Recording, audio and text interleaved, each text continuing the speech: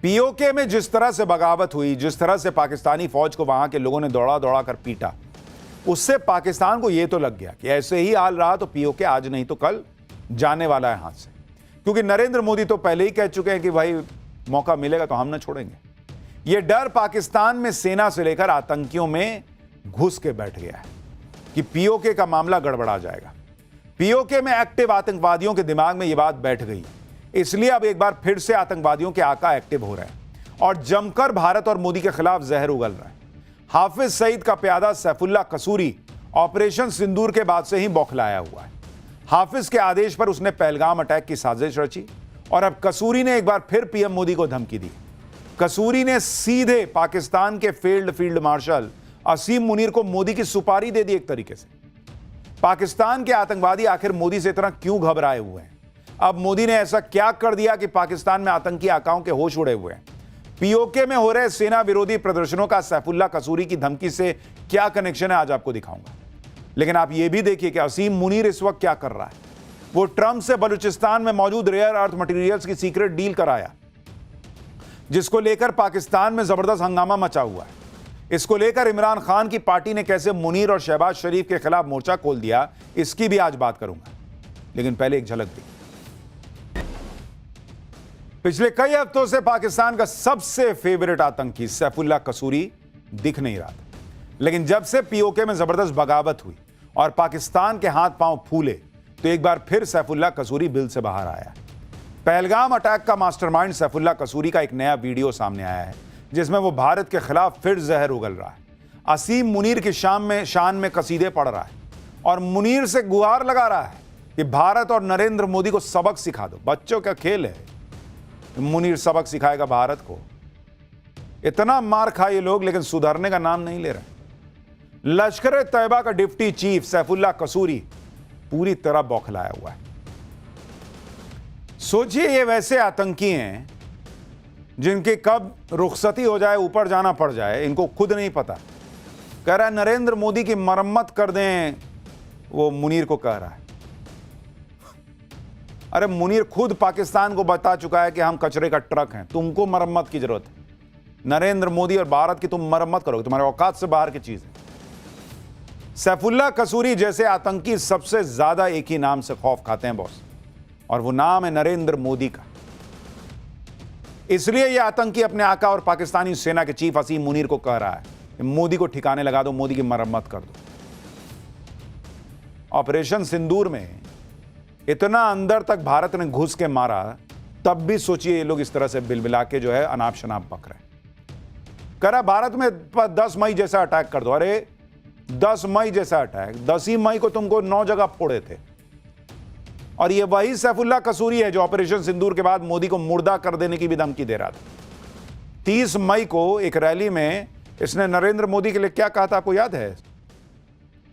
इनके जीने के लिए इनको लगता है कि जब तक नरेंद्र मोदी को यह खत्म नहीं करेंगे, ये जिंदा नहीं रह पाएंगे। इनको पता है कि पाकिस्तान और उसके आतंकियों का इलाज जो नरेंद्र मोदी ने 10 साल में किया है, वो कोई और ना कर पाया। इसलिए ये खौफ खाते हैं नरेंद्र मोदी के नाम से। इसलिए ऐसे फालतू के सपने संजोते हैं कि नरेंद्र मोदी को खत्म कर दूंगा, ये कर दूंगा, मरम्मत कर दूंगा। पाकिस्तान में भारत और नरेंद्र मोदी को गाली दिए आतंकवादियों की दुकान नहीं चलती बिना गाली दिए। इसलिए आतंकवादी रैलियों में मोदी को जान से मारने की धमकी देना, भारत पर आतंकी हमले करने का ऐलान करना, यह आम बात है। ये सब नौटंकी लोग करते रहते हैं, इनको पता कर नहीं पाएंगे कुछ। अभी 17 सितंबर को ही सैफुल्लाह कसूरी ने बहावलपुर में एक रैली की थी, जिसमें वो पीएम मोदी को सिंधु जल समझौता रद्द करने को लेकर भी धमकी दे रहा था और पाकिस्तानियों को चूरन चटा रहा था कि एक दिन भारत की सारी नदियां और बांध पाकिस्तान के होंगे। इन लोगों को पता है कि ये पाकिस्तान में लोगों को खाने के लिए आटा तो दे नहीं सकते, तो प्लेट में सपने परोस के दे देते हैं, सारा पानी भारत का ले लूंगा, नरेंद्र मोदी को खत्म कर देंगे, ये कर देंगे, वो कर देंगे। और वहां की जनता वो भी वैसे ही इधर से पैदल। मजा आ गया, बहुत बढ़िया। सैफुल्लाह कसूरी इतना क्यों बौखलाया हुआ है, अब आपको यह भी समझना चाहिए। हमने आपको बताया था कि ऑपरेशन सिंदूर में भारत ने पीओके में आतंकवादियों के अड्डों को तबाह किया। ऑपरेशन सिंदूर पार्ट 2 के डर से लश्कर तैयबा और जैश ए मोहम्मद पीओके से भागकर खैबर पख्तूनख्वा में शिफ्ट हो रहा था, जो अफगानिस्तान बॉर्डर से सटा हुआ इलाका है। लेकिन अब पाकिस्तान के आतंकी आकाओं को डर सता रहा है कि भारत का अगला ऑपरेशन सिंदूर कहीं तालिबान पाकिस्तान बॉर्डर से ही लॉन्च ना हो जाए। क्योंकि आप देखिए, तालिबानी विदेश मंत्री आमिर खान मुत्ताकी 9 अक्टूबर को भारत की यात्रा पर आ सकते हैं। यह किसी तालिबानी मंत्री की पहली आधिकारिक भारत यात्रा होगी। भारत की यात्रा पर मुत्ताकी विदेश मंत्री एस जयशंकर से मुलाकात करेंगे, जिसमें भारत और तालिबान के बीच पाकिस्तानी आतंकवाद के खिलाफ मिलकर जंग लड़ने का ऐलान हो सकता है। यानी पाकिस्तान के आतंकी दोनों मोर्चों पर फंस गए। भाई, पीओके में पब्लिक दौड़ा दौड़ा के पीट रही है, वहां भारत तो फोड़ ही दे रहा है। अब ये खैबर पख्तूनख्वा गए तो वहां भी मारे जाएंगे। यानी ये हर तरफ से घिर गए और इसीलिए ऐसी बातें कर रहे हैं।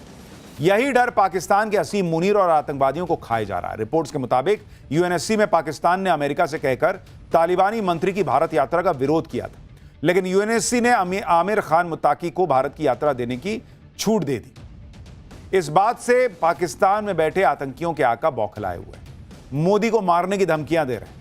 लेकिन नरेंद्र मोदी भी दुनिया के हर मंच पर पाकिस्तान को बेनकाब करने में जुटे हैं। आप सुनिए, संयुक्त राष्ट्र की एक डिबेट में भारत ने कैसे पाकिस्तान को फुल एक्सपोज किया है।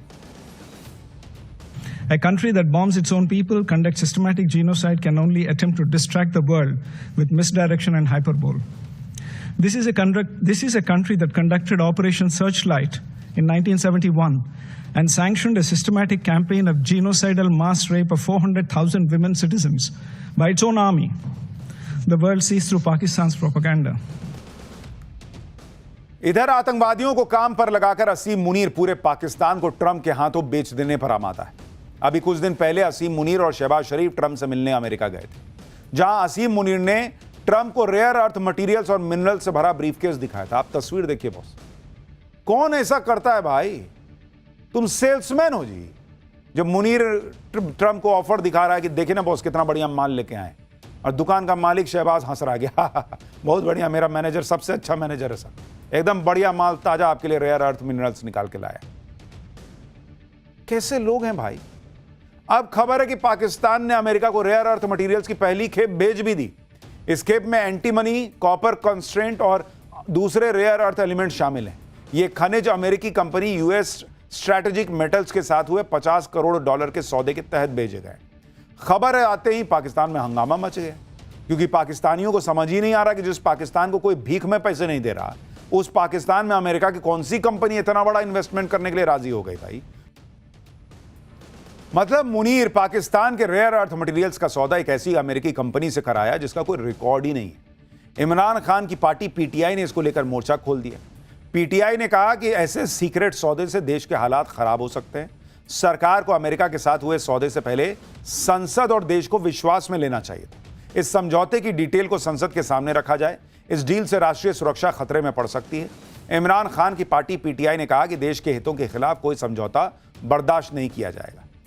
पीटीआई के सांसद संसद में खड़े होकर पूछ रहे हैं कि मुनीर होता कौन है ये सीक्रेट डील करने वाला? सुनिए जरा। सोचिए, पाकिस्तान कैसा दो कौड़ी का देश है कि इमरान खान जेल में, क्योंकि उन्होंने सरकारी खजाने में जो गिफ्ट मिला था उनको और रखा था वो बेच दिया। ये शहबाज और मुनीर देश का रेयर अर्थ मटेरियल बेचा है, मिनरल। जिसके हाथ पाकिस्तान में जो लग रहा है वो बेच दे रहा है। ये देश बेचने वाले लोग हैं boss. For more of such videos, do like, share and subscribe to ET Now Swadesh.